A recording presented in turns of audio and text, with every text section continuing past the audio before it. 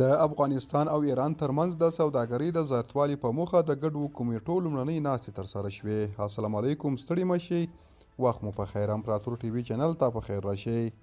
د افغانستان او ایران ترمنځ د ټاکل شویو ګډو کمیټو لومړنۍ ناستې ترسره او د دواړو هیوادونو د سوداګریزو او ترانزیټي اړیکو د پراخوالي په دې برخه کې د شته ستونزو د له منځه وړلو په موخه د مخکنیو توافقاتو په اړه خبرې وشوې.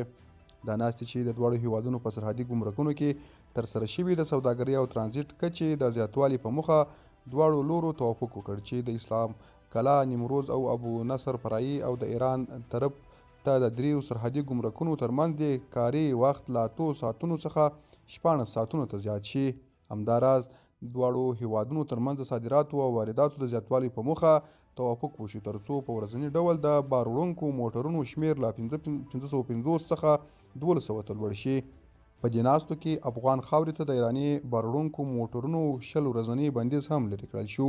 همدارنګه دواړو لورو د سوداګرۍ ودې په موخه ځینې ټاکل شوي پیسونه هم لغوه اعلان کړل.